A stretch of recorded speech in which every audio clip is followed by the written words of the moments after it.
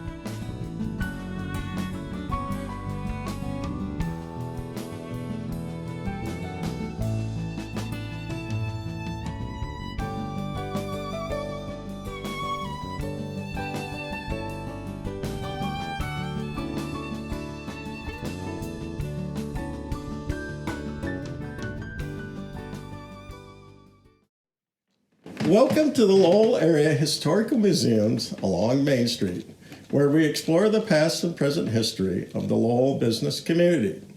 Today is Thursday, March 9th, 2023, and we are at 211 West Main Street. This building was built in 1883 by Morgan Lyon. In 1884, the Collar and Weeks dry goods became the first business which flourished here until 1928. 44 years. The storefront became the place for restaurants, beginning with Stahl's Lunchroom with beer in 1929. In 1961, the Village Inn Bar and Restaurant and Mr. Bill's Inn in 1983. Since the early 90s, this property has been the home for a consignment shop, Times Floral Shop, to mention a few, and the present day North Star Antiques. Today, we're going to look in on North Star Antiques with Tonia Smith North. Welcome. Well, this building, all the history of the building and historical museum, why did you decide, when did you decide to take the big step and start North Star Antiques? I think it's fate. I think there's a little bit of fate involved. I was a dealer. The previous owner was Deb Haggai and Carrie Scudder. They owned Dovetail Antiques here for about 12 years. And I became a dealer just kind of by happenstance. I had some stuff to sell, and my mother had passed away. I had things to sell that was of hers. We had vintage postcards and such, and so I started just selling literally a small box of postcards here when it was Dovetail Antiques. Add on a few years, and they eventually, each of one of them retired. And when they decided to retire, I kind of had to decide, do I want to continue down this path or not? So I was already selling online vintage postcards and other things on eBay at the time. And so this had become a really good venue for me to get stuff too, as well as sell stuff. So it was kind of time to make a decision. So it was kind of happenstance a little bit, That's what made me start it. And I've got a little bit of history with businesses in Lowell. Both of my parents had businesses in Lowell. And my grandfather had a business in Lowell, in fact, all within this block. Well, the Lion Block is a good one to be in. Yeah. It seems to be one of the strongest blocks. My grandfather had Richmond's Cafe, which was on the corner of where Larkin Saloon was for all those years. So my grandfather was there in Richmond. And so you remember what years were that? Do you remember, like in 1930s? It was in the 30s. Yep, 36-ish, I believe, was a key time. I'm trying to remember if that was when he bought or sold that, and then he went into real estate after that. He bought and sold real estate after that. So, and then my mother had the business right next door with Doe Dye. Everybody knows Doe Dye. And my mom was Shirley, and they had that special place next door. I still have the bags from that. How would you describe your business? I would describe it as, and I have in many. We're a small town antique store, but we're worldwide. we sell all over the world. I started selling online, so that turned into, I did that more first. When I took over the business, it was a little challenging, but we serve people. That's how I describe it. I'm here to help people. We all have stuff. None of it gets taken with us, and people are downsizing, right-sizing, whatever you want to call it, and we try to help people find that reuse in a fun, unique way. The good stuff, we have everything from, a 25-cent vintage postcard to, I actually have a $75,000 painting for sale right now on my website. So it's not physically in the store for obvious reasons, but yeah, I've helped people for 20 years now. Find this is what I have. How can I sell it? I've sold a variety of things that most people would be surprised at. But yeah, I've sold $4,000 paintings and a tandem bicycle that was part of Reed's Lake. And that actually went into a Broadway production of Chitty Chitty Bang Bang. I mean, there's some pretty fun things that we've had go through. A political pin that sold for, eventually it sold for $6,000. So those unique things, we help people find the buyer for it on the other end. And it's a love of history that helps us do that, because you got to sift through a lot of the junk to find the gems, so it's a lot like mining gold.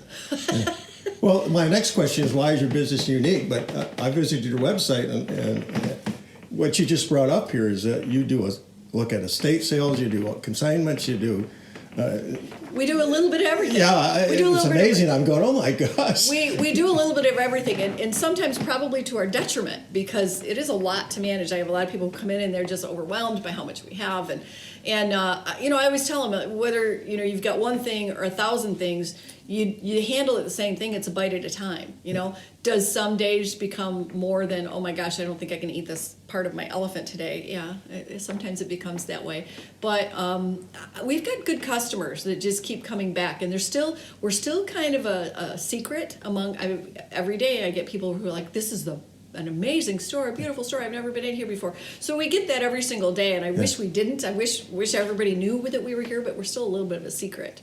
But yeah, it just kind of evolved. It seemed to me, and thank goodness it did, but it seemed to me that the way forward was to go online and to be online, because it doesn't make sense if I've got this little bell here that I've got to wait for the right person to walk in my door, and that's the old way of selling to people. And in the antique world, it's still part of the way, because it's unique all by itself. But also to be able to put that online and to have somebody to, I've got that shelf right down next to you. That's shipping off to Sweden today.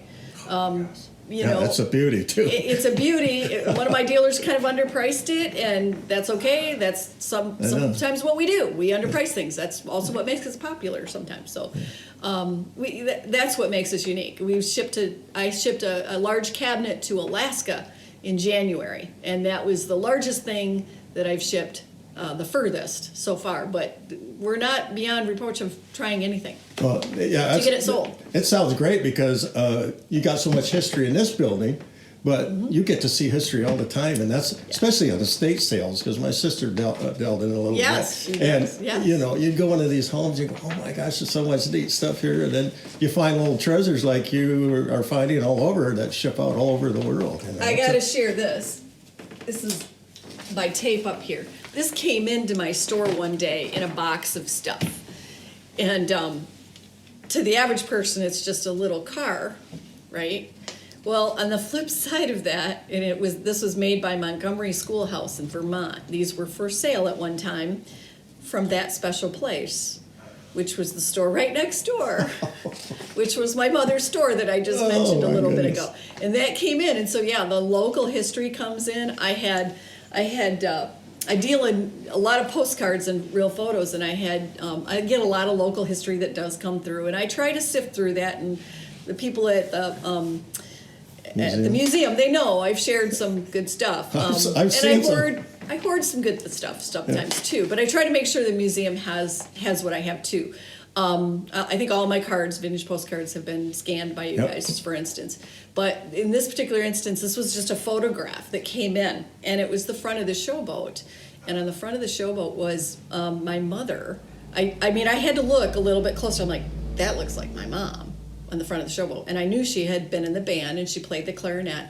And lo and behold, and I have a decent showboat collection, not huge, but I just got a little bit closer than that. I'm like, holy crap, that's my mom.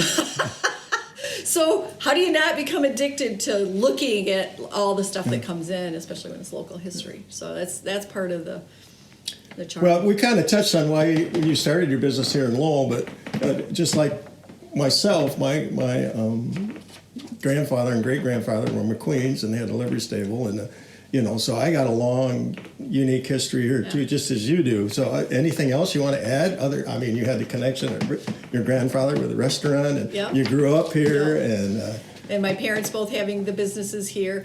I think that gets it in your blood, the local history. It's kind of I would say this is kind of a funny story. My mom tried to get me into history, and I was still young and just got married, and she was trying to get me into do genealogy and things like that. And I'm like, I don't have time for this. I have 2 jobs. I have, blah, blah, blah.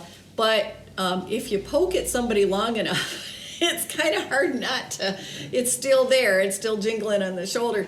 And in fast forward today, I've done the family genealogy going way back. On my grandfather's side, it takes us back to the Richmond Castle in England even. And my daughter was lucky enough to visit there. I've never visited there, but 5 years ago, my daughter was able to go there.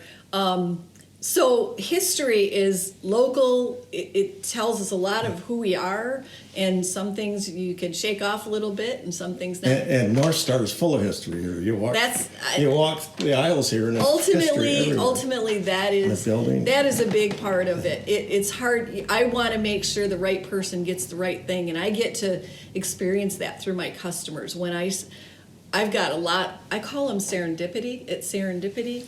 I made a sign. I don't know if you can see it through there. So I've got 2 signs. Some days I'm just so me. And then the other one, serendipity happens. Okay, instead of shit happens. I don't know if I can say that, but I say serendipity happens because I have seen things happen that you can't explain that happen here. I could take hours of your time telling, but I'll tell you probably, let me give you 3 of the best ones. Really, I'll make them quick. One gal just happened to show up here. She was from Chicago, went to Lansing, stayed with a friend, was a writer, was writing, just happened to stop at the M50 and decided she was going to get off here and just see what was in Lowell. I just happened to be open. She comes in and she walks over and finds this box. And it's a brewery box from a brewery that was in Ionia. And she comes up to me, she says, "You're not going to believe this. This was my grandfather. My grandfather worked here or owned it. I can't remember now which it was." She goes, "I've been looking for a box or something for that brewery for most of my life, forever." Wow. And she says, "I can't believe what brought me here. Like I wasn't destined to be here. It just sort of happened." I go, "No, it happened for a reason." You have to believe there's other powers going on within this. And then not long after I started the store, so my uncle was Tom Richmond. My mom was Shirley and Barb Richmond. So that's Barb Richmond Curtis. Okay. So the Curtis family. All right. And then Shirley Richmond Smith, and that's Smith and Clemens, as well as that special place. So my father had the Smith and Clemens, and that's actually here too. So they're kind of here with me. They're both here with me every day. Yeah. Anyway, when my uncle hit into his 80s, he was diagnosed with Parkinson's. He lived in LA. He's got huge connections to bringing people to the Lowell Showboat. Names like Pearl Bailey. Really? For instance, he was the guy who brought a lot of the big names because he worked in Hollywood. He worked for CBS.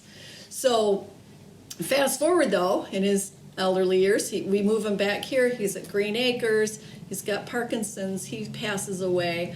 I start this business the February after he passed away. He passed away in November.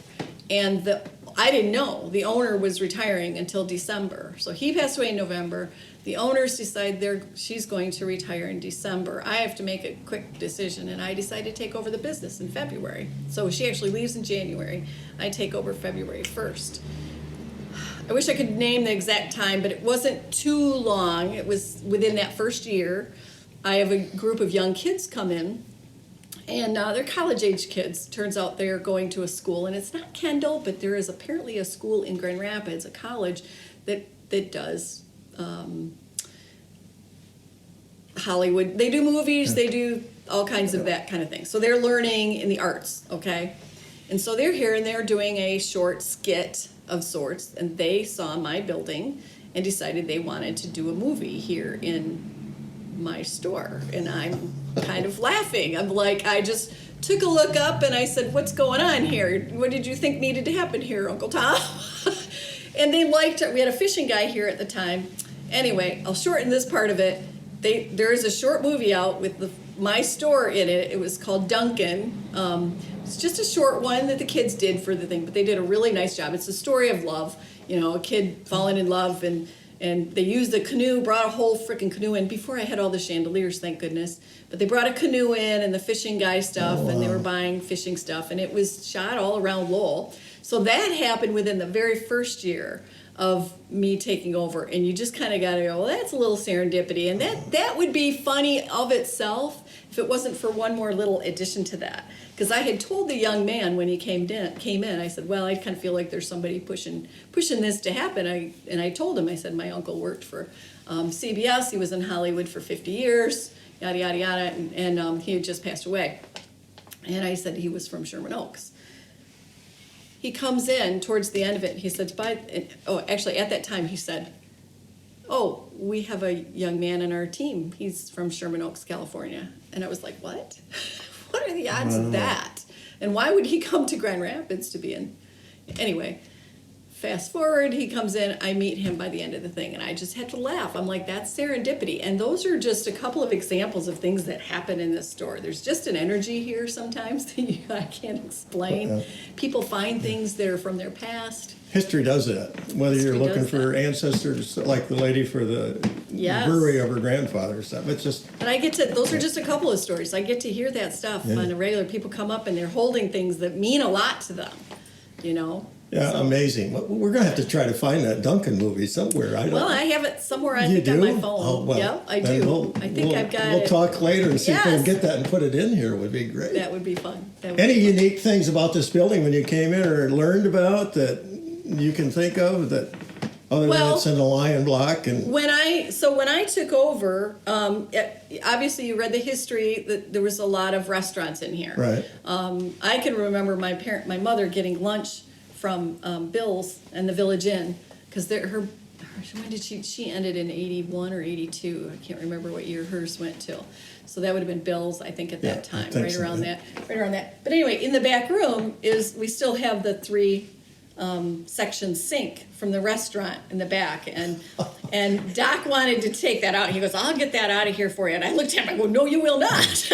Well, we'll have to get a picture of that for it. I love having the sink. It's kind of messy. Well, in our business, we get a lot of things that are dirty in. So it's really a nice sink to have as opposed to a regular sink. It would be a pain. So we still have that sink. And this one precedes us. But some of the other restaurant stuff was in there. The hood was there. Some of the lower stuff, I think, got sold off after the restaurants moved up. The hood was still in there, and it was still connected to the fire suppression. I was on vacation during which they decided to take that unit out of the back room, take the fire suppression. I think he had a guy come who did scrap metal or something like that. So they hauled it all out. Well, during that time, when they disconnected the fire suppression, the powder from the fire suppression went everywhere in the whole store. I think she had to close for a little bit, like that dust just, it went beyond the back room. There was a door there at the time, but it was everywhere. It was just like a layer of soot over, like a volcanic eruption. I was really glad to not be here during that, but that was a funny thing that happened as things get, there was also in our back room by the books, that was the freezer, and there's a freezer in the basement, it's a box still, it's not obviously a freezer, but the big door is still on that in the basement. And the door was back here, but that's long gone now. There was a big freezer door back then. Those things are heavy. those things were heavy. But it's funny because there's a window on the other side of that. I don't know how that worked back when it was a freezer. But when you start crawling around these places, it's amazing once you kind of go, why was that there? Or what's going on here? Yep. Whatever. And we currently obviously use the restroom, and then there was 2 restrooms here at the time, back when they had a women's and a men's, and sometimes they still do, and sometimes they don't. But the gentleman's is now our estate room. We cleared that out. I still have the door. The door is actually behind here. It's a narrow door, so I still have that door. And that's still, now it's been turned into a little functioning part of the store. Like I said, that's what's so fun about going in these places around. So what are your future plans? So, it's been an interesting few years, to say the least, for all businesses. So, when I took over, I mean, it was, like I said, I really wasn't planning it per se, as much as it kind of like, I had to make a decision. I came at a crossroads, and either I was going to continue down this path, and I was enjoying it so much. But taking on the business, I knew that was quite a commitment. The good news is I have a lot of good help. I have people here who, without them, would be really difficult to say that we've done what we've done and we've been able to get done what we can. And that includes, and it's not limited to, the when COVID hit, we had some interesting things happen with that, just like every business. And there was a time it got to, we were closed in March, and then April came along, and I wrote those, and April. I wrote the checks to everybody in April, and I had $100 left in my checking account. And when you're closed and you don't have a lot coming in, that was when I said I made the right decision to be online, because I was still selling online, so I was still here and I was still shipping. We have a paint line here that we put on Etsy, because I do sell on eBay, Ruby Lane, and Etsy, and that's another one of those things that makes us unique. So we have over 10,000 items listed online, and that's hard for people to. So what percentage of business do you think you do compared to? About 20 to 25% goes online now. And it used to be flip, and that's something I'm really struggling. So what does the future hold? I'm really evaluating that, because I'm not, in the 6 years we've been open, half of that we've been dealing with either COVID or the repercussions of COVID, and trying to reinvent, like, what is the right thing for us to do now.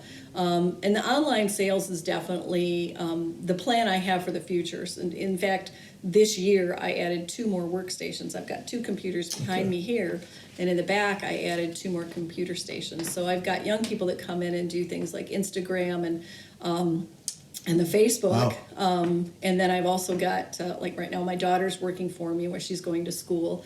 She comes in and helps get listings done and shipping done. Like this morning, first thing we'll have probably anywhere from 10, 15 items to ship. The big drawer. The big. Who's moving that today? Yeah, it might even end up being me. We'll see, because finding the box for some of these things is one of those challenges. So what the future holds, and what I think it holds the most, is more of what we've done that have made us successful. Because for instance, in the other big change we made in May was we brought in the chandeliers. And I haven't lit up the store yet, but when I light up the store, it's an amazing thing. It's kind of like you're walking into the circus when all the lights come on. They're awesome. People are always amazed. I've had people travel from all over to come see our chandeliers. And we're getting ready to hopefully start working on shipping some of them. If we can ship a $3,000 cabinet to Alaska, I can get a partnership and work on shipping those too. And I'm not saying I physically want to do all of them, but I think I've got a company lined up that will help us. So that'll help bring business to Lowell. And I'm in this to help people as much as anything. I think the challenge for me is trying to make sure I'm doing that and still not overshooting finances, and making sure the income is with the outcome. Well, basically keeping your sanity. Your normal, yes, exactly. Because most business owners are working, 50 plus hours a week, and so when you're growing your business, you want to grow it, but doesn't mean you want to work 100 hours a week just to grow your business or double your business. You're trying to do that smarter. So the goal is to be smarter with our online sales. And honestly, what's interesting about that is it's become kind of like right here in my face a little bit, because when COVID hit, we went to 7 days a week. And that was a good decision at the time. And I have been shocked on Mondays we get more people than I expected. Most of downtown is actually closed on Monday. There's Right, quite a right. few that are closed. So we're unique that way, and we get people coming in going, how come nobody else is open? I'm like, because that's kind of, they work Sundays, you know, Right, so right. they're taking a day off, and I get it. I absolutely get it. And I'm trying to manage it because we're here already shipping on Monday. We used to be closed Mondays, but we were already here shipping, sometimes until 2 or 3 in the afternoon. We just kept the doors closed. We opened the doors. We said, what the heck? Let people come in and shop safe, and Yeah. there's less people and all that. And we've just found that they've been good days. Now, that's a great thing, but it's also a challenging thing now because we also expanded hours from 11 to 5 to 10 to 6 over the years that I've taken over. So we're working more hours, and that's a good and a bad because what has happened, the consequence has been time to list online has been less because we're busier in the store. So that's a great thing to be busier in the store, but it's also a challenging thing because not everybody's buying. Everybody that comes in isn't buying. If everybody was coming in and buying, then that's no brainer. But Yeah. sometimes you're just monitoring and not as productive as you could be. So what am I going to do about that in the future? I don't know. It actually might mean I might have to close another day a week or change my hours or those kind of things. I haven't quite figured that out because it's either that or I have more staff to get the listings done, and then that becomes a cost of, you know, there's a cost of diminishing returns that comes into play there where you're like, oh, I may have to back that off because I can't afford to pay more people all the time. I wish I could. I wish I could employ all kinds of people doing what we do, but it's just a lot of work. Well, that's what we found too at the museum with the COVID thing. It was not good, but in a way it was good because it made you figure out a different avenue, and that brought about the ABCs of Lowell, which is a huge hit for us. We just made a second order of volume 1 because we sold out, and we started along Main Street, and so it was a positive there. But yeah, it was. Media is playing a big part now. So you know. Yeah, just like you. Yeah, the social media is huge. Yeah, and people are paying attention and stopping and taking a deep breath of, well, what do I need to focus on? And that's some of what I need to do. Like, you know, I have a lot of people come in every day going, you know, here, you know, I have this to sell, and some of it is valuable, and you're going to sift through a lot of stuff that is not. And for me, that's a time challenge, you know. That's the same way with us at the museum. It's opened the doors, and now we get more people bringing in historical artifacts and stuff all the time And now. some So of it's which been is a good. positive for us, even though COVID was, oh my gosh, you know, it shut us down. What are you going to do? They stayed home and they went through all their stuff Yeah. in their closet, and they said, well, what am I going to do with this? And then just they like come in. you, the Very media much so. saved you. The media kind of saved the museum also because Yes. it opened up another door for both of us. Yes, So- yeah. So the future is bright, but there's a lot of things that come along with that. And so hopefully I need to go shut myself in a room some days and just go, okay, I need to plan and get things done because it's such a challenge. So. Well, we would like to thank Tonia for sharing this time with us and look forward to seeing her continued success here at North Star Antiques. Make sure you visit her media sites to see how she makes North Star a must-stop for that special item that you have been searching for. The Lowell Area Historical Museum is open Tuesday, Thursday, and Saturday 1 to 4. You can also visit our website, lowellmuseum.org, to enjoy more along Main Street stories, as well as the Oral History Project, interviews with Lowell community members. See you along Main Street. Cheers. All right, here's a special piece here at North Star Antiques. So this is a very large, as you can see, I'm about 5'3". This is a beautiful antique stained glass window, and the name of Raymond Gue is on it, but it is, I believe it came from a church, but I don't know anything more about it from that point, but it came from the family home of C.W. Post in Battle Creek, Michigan. So it has, we have a provenance of that in here, and we're happy to offer unique things like that. So we have this listed on our website, yeah, anybody who wants more information about it can look there. It's a beautiful piece. I wish it could be backlit, but it is still in its original frame. Transporting it can be a challenge, but we do strange things here sometimes.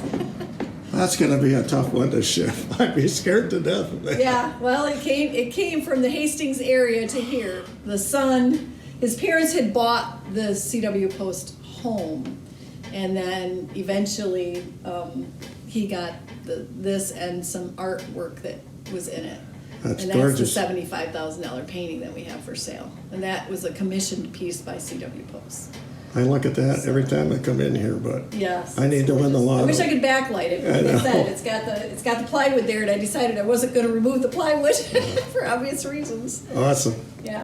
We're going to take a look at one of my favorites anyway, vintage postcards. That's actually what got me started on it. When my mother passed away, we had vintage postcards. My mom had, and my grandmother had, and I started selling them online. Just local, street views or things like that. But it evolved, and now fast forward, not only do I have thousands of vintage postcards for sale that are mine, but I also have one of the largest dealers in West Michigan here, Wally Young.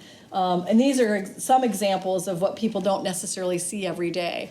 These are Easter cards with applique. It's silk, the red and the blue and the pink in some instances here that you see on their dresses.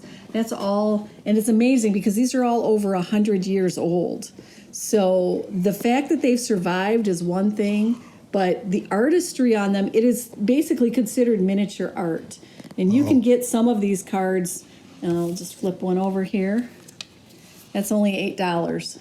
I mean, it's very affordable, collectible, and most people don't realize, but postcard collecting is one of the top collectibles worldwide. Really? It falls below coins and stamps, Really? or actually not stamps anymore, but coins, money, obviously is one of those things. Sports cards, like what Rookies has, and comics and things like that.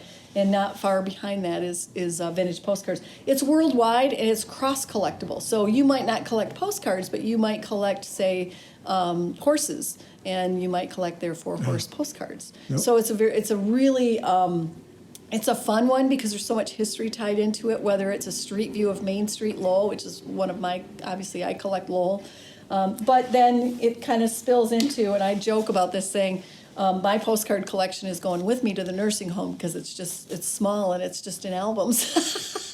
And they can sell it and make the payment on your monthly fee. I won't. They'll have to sell it. I wouldn't sell it. But you can kind of see we have over here. We've got Patriotic. We've got Grand Rapids and Lowell. We've got newer ones in here that aren't so like. And then I just brought in Bruce Dowell's. Again, supporting local artists. These are all the current ones, and this is as important to me because that's preserving. I definitely talked to him multiple times about you need to make some postcards out of these because people weren't documenting history. That's the one thing about the postcards is it's a documentation of history. What that building looked like in 1978 as opposed to 1984, as opposed to 1990 and 2000. And that's what the museum is doing. But you need a photographer like Bruce who's out there taking those pictures of some of those things. And then we go, oh, I forgot how the landscape changed. I forgot about the fireplace shop down His there. early morning ones I love. There's only so many from postcards from the 70s. My mom used to get them and send them to me when I lived out of the area. She would get them from Spring Grove, which we've lost now. But so Lowell's known for its support of the arts. I can remember, believe it or not, when the art train came through town. And this block is obviously strong in arts. And when COVID hit, we brought in local artisan Janet Kruger. She's been doing all kinds of handmade pottery for a long time, and this happens to be a little treasure that she found and makes these frogs that most people can remember going back to their childhood, and that's why it's become a little favorite thing. You can't always buy enough used of these, so sometimes we get new of things that take people back. And these frogs have been one of our top sellers, and people just love them. They take them back. They, oh, my grandma had one, my mom had one, and they buy them for their siblings, and Janet's just done a really good job. This is just one example. There's other things that she has, but she couldn't work during COVID. All the antique, or not the antique, but the art shows were all closed, and so we were happy to bring her on board, and she's been a good addition here. Awesome. Another way you support the community. Yeah. This is our paint line. It's Country Chic chalk paint. When COVID hit and I found that $100 left in my checking account, thank goodness we were allowed to finally put this online. The company allowed me to put it on Etsy, and that literally saved my business because everybody was staying home and painting, and we were shipping out orders of paint every day, and it was a significant cash flow help for us that we wouldn't have been able to survive COVID without it. It was a very important part for us. we've been talking here for 20 minutes about this Postcards. wonderful hold to the light postcard stuff. And I says, we got to quit talking. We need to show people about these things. So I'll let her get going here on these hold to the light postcards that are awesome. Another fabulous example of history, and you won't find any location that has as many as we do. I would highly doubt it, not just in the state of Michigan, but probably worldwide, because my dealer and I, Wally, he knows I love them, and we sell them online, and we like to bring them to the end user here. But they literally are called hold to the light because you hold them up, and lo and behold, you can see what's in there. And they start at $15. But look at the subject matters. That's a $75 one. And, you know, people buy these as gifts for people, the people who have something for everybody. I have customers who collect them. They try to buy one a year of whatever subject they're in love with at the time. Oh, that's a neat one. These are all, like, there's Easter. And Easter and Christmas are the most common ones. I don't have any right in my hands right now that show. There's a really cool Easter one. I don't have any in my hands right now that show the Valentine's, but there's Valentine's ones. Now, here's a Santa Claus. This Santa Claus has, look at the snowman over in the left. He's driving a car. All of these things, the color of his robe, all matter, and all those details with that light popping through. Now, that is a $300 hold to the light card. And we have several Santa Clauses here. There's another one with the manger scene. Just spectacular. Just Yeah, spectacular. these are awesome. And I could, well, scan this way here. Follow. This is the box of all the hold to the lights. This whole box is all hold to the lights, and you'd be hard pressed to find anybody. And this one's getting shipped out today. On Etsy? From Ruby Lane. Okay. Ruby Lane. Yep.